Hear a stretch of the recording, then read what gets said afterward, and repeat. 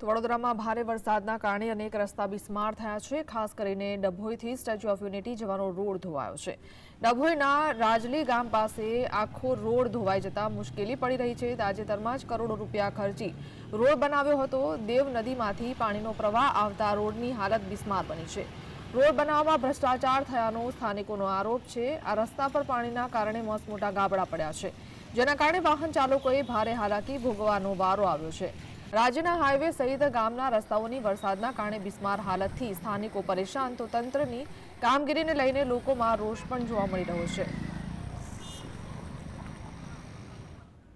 પડે છે ત્યારે ખાડા જોવાતા જ નથી, અંદર ગાડીઓ ફસાઈ જાય છે, જેના કારણે લોકોને ધક્કા મારવા પડે છે। લાસ્ટ ટાઈમ મેં મારો ફ્રેન્ડ ગાડી લઈને આવ્યો તો ગાડી લઈને પડ્યા, એનો હાથ ક્રેક થઈ ગયો।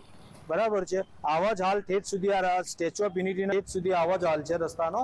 વેગા ચોકડી પણ આવો જ હાલ છે, ખાડા પડી ગયા છે। તેનું સમારકામ કરાવવામાં આવે એવી અમે રિક્વેસ્ટ કરીએ છીએ।